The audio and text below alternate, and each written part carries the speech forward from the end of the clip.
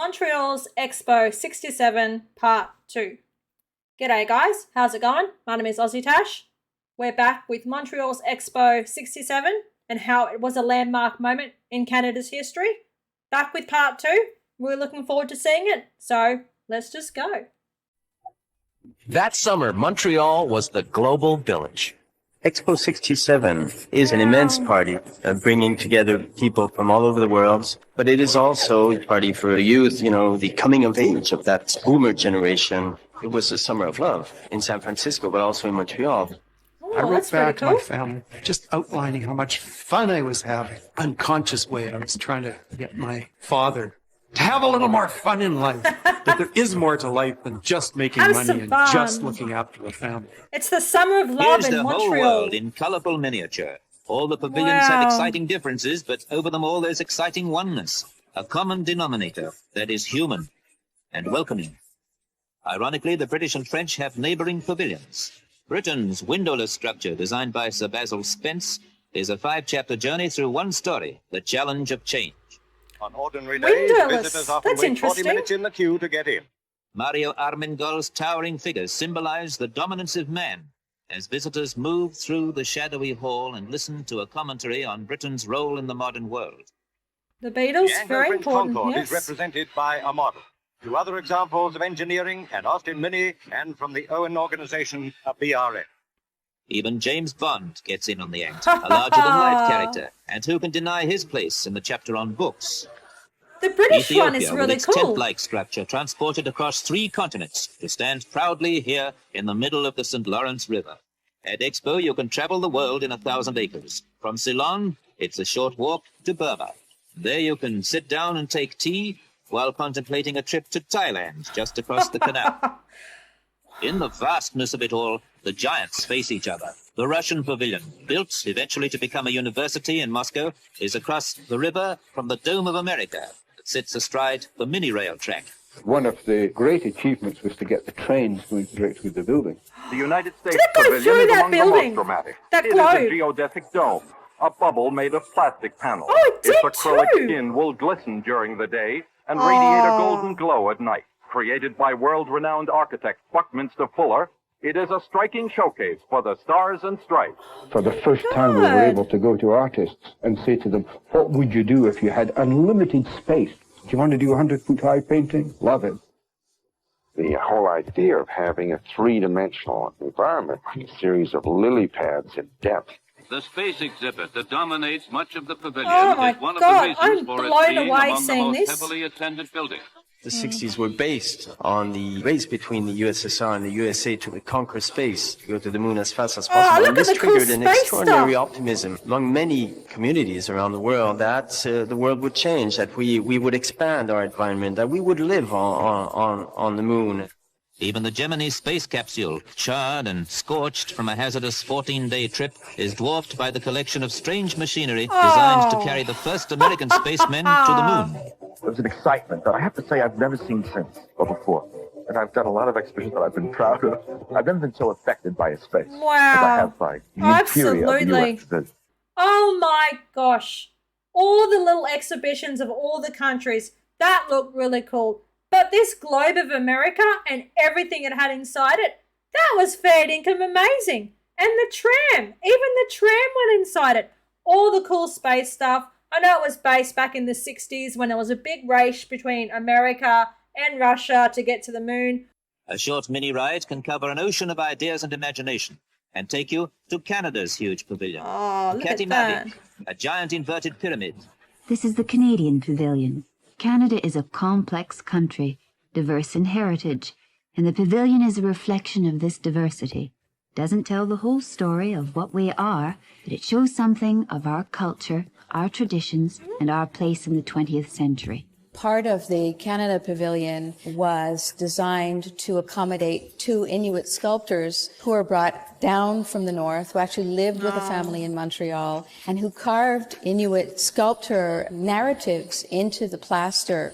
The Geological Court, mineral samples from all parts of Canada, and a map showing the wealth that lies under our farms and forests. Yeah, lots This of gold in giant Canada. tree reflects the colors of autumn in Canada's national symbol, the maple. They are made of nylon. The 500 leaves are photographs of Canadians in their everyday life. We call it the people tree. They're made from maple The leaves? proudest feature of the pavilion is the Katimavik. The word means meeting place in Eskimo. It is a huge inverted pyramid, the height of a 9-story building. Oh my An gosh. open hand towards the sky. It symbolizes the Canadian people reaching for a better future. Look at the little trains here are and the stuff, tourists. little You shuttles. mustn't let them down. There are certain kinds of pictures they just have to take home.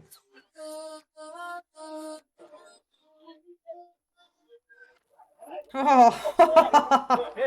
The ornate beauty contrasts sharply with the ideas which architects are working on for the future. Will we all be living in places like Habitat, where Wow. precast concrete blocks appear to balance crazily, just to make sure everyone has a room with a view? That's One of the pretty striking cool. features was the new concept of urban housing, an experiment in modern living, as well as a breakthrough in construction methods called Habitat. That's pretty It was cool, isn't designed it? by Israeli-Canadian architect Moshe Safdie. He was 25 at the time. Only Habitat 25? was originally a Oh, thesis gosh. project while he was a student at McGill. His goal, to reinvent apartment living. His motto, a garden for everyone. That's cool. Everything was amazing, but the movies, the supersized movies, everybody had to see them. You waited for hours, but you didn't mind because the movies were amazing.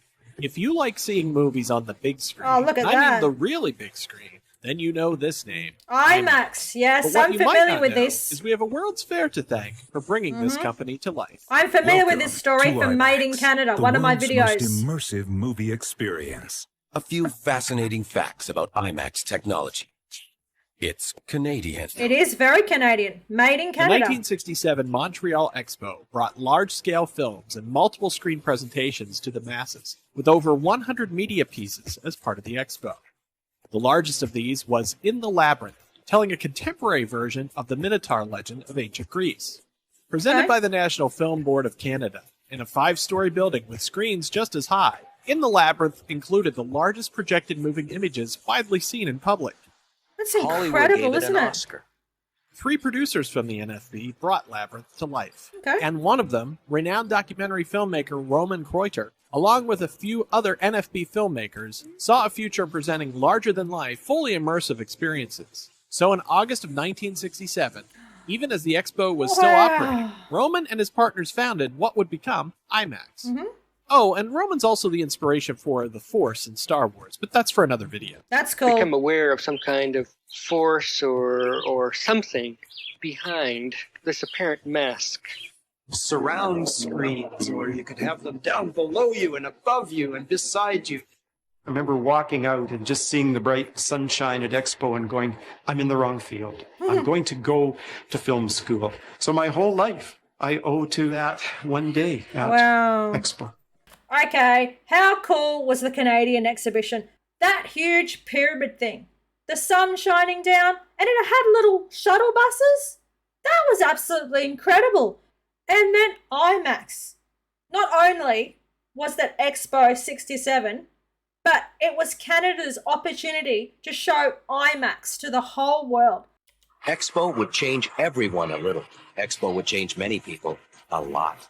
What do you think about Expo so far? I think it's bigger than anyone expected because, you know, you expect it like a fair and you come and it's huge, you know. So you're glad you came? Yes. What do you think about Expo, pals? Wasn't really the way I expected it to be. I expected to be everything smaller. I didn't expect it to be as big. Well, Had a it's, very enjoyable it's big, day man. and no lost children. How about Expo itself? Was No it lost everything you children. wanted? That's good. Yes, I think it was larger perhaps than I thought it was going to be, and I didn't really expect everything to be finished like it was. My name is Eckhard Kries. I'm from Germany, and my wife's name is Christa Kries. We came 1967 to Expo in Montreal. We always thought Canada was just mostly trees and forests and lakes. Just couldn't believe it, that it was even possible to build the island there and put up big buildings, people to come and visit. It was just incredible.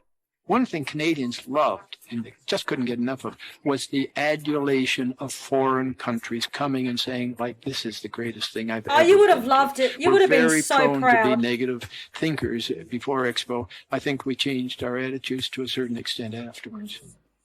Expo was just the talk of the world. People were coming from all over, and it was just a dream come true to be on that site. You wouldn't believe who would come to Expo. Il y a eu des vedettes, de toutes les sortes de vedettes de cinéma, de musique. Ed Sullivan a tourné 2 épisodes de sa célèbre émission sur le site de l'Expo. Now, here he is from Expo Theater, Ed Sullivan. The new world on the Magic Island. Did he host a show from Expo? Oh, that's really cool. Ed Sullivan hosted a show from Expo. Et messieurs. Now, we're telling everyone in the United States to get up here quickly, if they can get in. Jacqueline Kennedy makes a late season visit to Jackie Expo O was 67, there? touring several of the major attractions, including the U.S. Pavilion. Her weekend at the fair created a human traffic jam. A huge crowd followed her everywhere she went on the exposition ground. Mrs. Kennedy, one of the glamour attractions at Expo. Have you heard much about Expo? Oh, Grace Kelly? And of course, we've been reading about it in all of the magazines and newspapers, and we're all terribly excited to be here. There we go, Robert Kennedy. So much to visiting the Expo. United States Day at Canada's Centennial Expo 67 brings a surprise visitor to Montreal. President Johnson came. No one who visits Canada this gala summer would think of leaving without taking in the Did they know he was sights of coming? Montreal's Or he just Expo rocked up there? 67. And that goes just as much for her sovereign majesty as for any of her Commonwealth subjects. You got to think about it, guys. This was 1967 in America 4 years ago. JFK was just assassinated. Yet here comes Johnson, just rocking up. Was security would have been a big threat? Doesn't look like they were too concerned about it. Here's a little secret, guys. There was a band, an Australian band called The Seekers. They actually performed at the 1967 Montreal Expo, singing one of their classic hit, Georgia Girl. Guys, check it out. What a marvelous picture of the Queen. Oh, On board look at the Britannia, She Queen. was showing as much interest and excitement for her tour as the thousands who waited on Bless shore her for soul. her arrival. She had the sparkle that only a woman enjoying herself can have. And at Expo 67, the gaiety of her informality. She looks so beautiful, didn't she? La terre des hommes célèbre le Canada d'hier et d'aujourd'hui. Elle préfigure aussi celui de demain. Que sera donc ce Canada? Il nous apparaît ici tout d'abord créateur. Et Prince surtout Philip, he ici loved au his cœur hats, du didn't he? Canada français. Voyons une vie intense, une profonde volonté de renouvellement. And musical royalty like Duke Ellington, and it wasn't just establishment stars. The good thing was that it did bring visitors from the underground state. Like San Francisco's Jefferson Airplane, they played Toronto for money, then they played Montreal for fun. That's cool. The exhibition's funfair of La Ronde will stay awake long after the pavilions have Oh, closed look at it at night A fun time. section has been included, literally just for fun. Oh, The the design kids of the would amusement love that, park wouldn't they? incorporates the best from Disneyland and the Tivoli Gardens of Copenhagen. As the posters say, see the life of your time and have the time of your life. The park offered a wide assortment of state-of-the-art midway rides. Oh, from look the at that sort of a stuff from gondola ride that 67. traveled over the lake itself. Well, there are easier ways of getting a sky-high view of Expo, and La Spiral is one of them. It's a Swiss invention. And from the top, the whole sprawling pattern Look of at that Expo view. unfolds. La Platoon, an aerodynamics log flume ride, Oh. would soak and delight riders for many decades to come. AussieTash But doesn't the like chief big attraction rides of like them that. all was the Gyrotron, housed in a mysterious pyramid-shaped building, where guests would travel into space and into the depths of Earth itself on a leisurely paced conveyor transport system. And our own amusement area is proof enough that everyone from 8 to 80 can log roll their way into the Expo spirit. The Expo has a little bit of England tucked away in La Ronde, and the beer tastes the same, even when it's paid for with Canadian dollars. Expo has been conceived to provide something for almost every taste. After nearly 6 months of visitors beyond the 6 belief of the months? organizers, featuring countless celebrities and heads of state, royalty, Expo 67 ended on October 29, 1967. Okay. La Ronde, however, would continue to run as a full-time amusement park, owned and run by the city of Montreal. Is that amusement park still open to this day?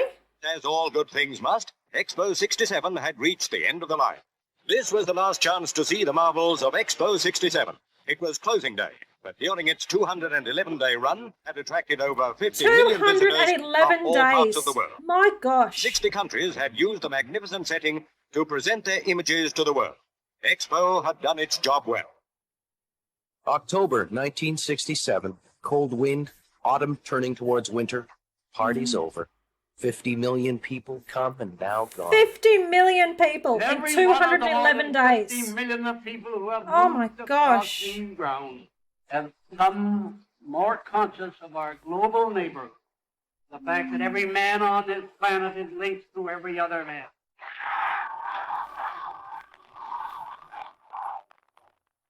The Canada we're in today is very much the expression of the values that Expo represented. Canada as the microcosm of the world. It was shaping a cosmopolitan community and also all of us learning a little bit about each other. Just looks To us incredible. was like I took a trip around the world. So we decided right then when we were at the Expo that we would like to immigrate to Canada. And that's what we did. Wow! Expo 67 certainly has become in the collective imagination of history the defining moment of the 60s. L'Expo de 1967, les gens qui l'ont vécu s'en souviendront longtemps. Guys, jumping on, seeing all this footage, feeling a bit nostalgic, I guess. Were you there? Share your stories. I'd love to hear them. How proud do you feel of Canada's history watching this? I reckon you would be pumped because you should be. Remember, 4 years to build all this cool exhibition. Only 4 years. And I didn't realize how big it was. By watching this movie, I've seen more and more and more of what was actually constructed in that 4-year period. Considéré encore de nos jours comme le plus grand festival artistique jamais tenu en Amérique du Nord.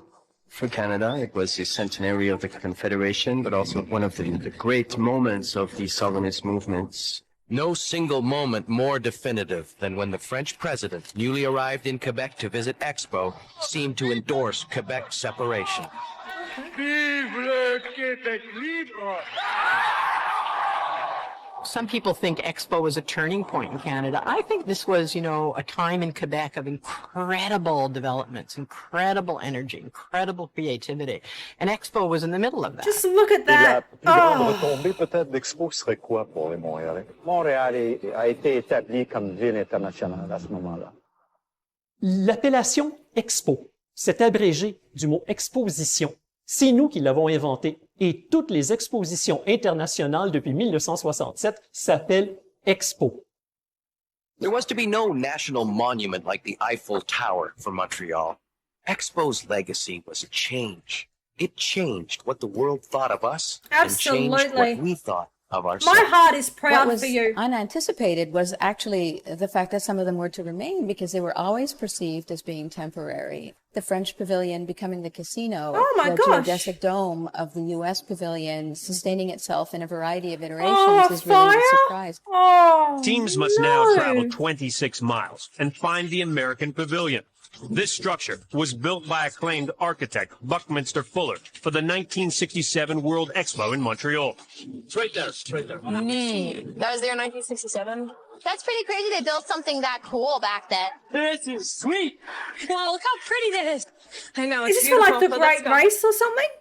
Oh, the so American it's still Pavilion, there. That's cool. the building of which still stands today, was especially notable because it caught the eye of one famous mouse lover. Walt Disney, when he came to Montreal and he saw Walt Disney was even there. Sphere, that's cool. He loved it. He really wanted one for his future park that he would call Epcot, part of Disney World.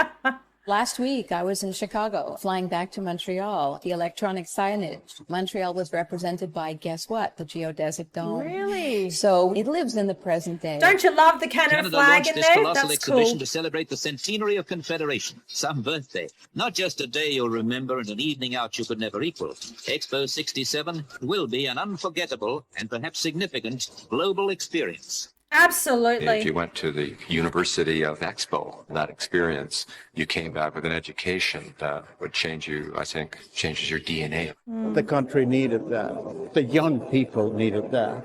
Bruno Paul Stenson was 5 then, and so he brought these to amass an impressive collection that's now part of a museum display. Thousands of people all over North America and the world have their Expo passports tucked away, so and they will cool. only come to love light that when so they die. much. And someone says, "What on earth was this?" Il ne faut jamais oublier la fierté des Montréalais d'avoir réussi en 4 ans et demi à construire une exposition que d'autres pays avaient mis 10 ans. Et l'exposition de 1967 fut la plus réussie. Incredible. Absolutely incredible.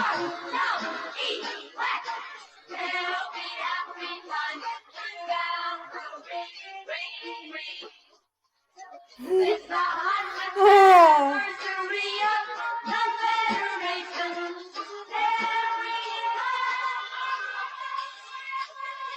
Wow, guys, that was it. Montreal's Expo 67 and how it was a landmark moment in the history of Canada. It 100% was. I am so happy and feel so proud for Canada seeing that. It was just absolutely incredible. At the end, they spoke about a museum. Is there a museum in Montreal that exhibits, passports, old buildings, old monuments? And yeah, where did all the buildings go? I think I asked it in a question, but I'd love to know. Please share your experiences. It looked absolutely incredible. That was one of the best documentaries on Canada I have ever seen. I feel so proud and so happy, and I hope you guys are getting such happy, proud, nostalgic vibes. That was the video for today. I hope you enjoyed it. If you did, please jump on, smash the like button, leave a comment, and of course, remember to subscribe. That really helps me out. Cheers from down under. Take care. Bye.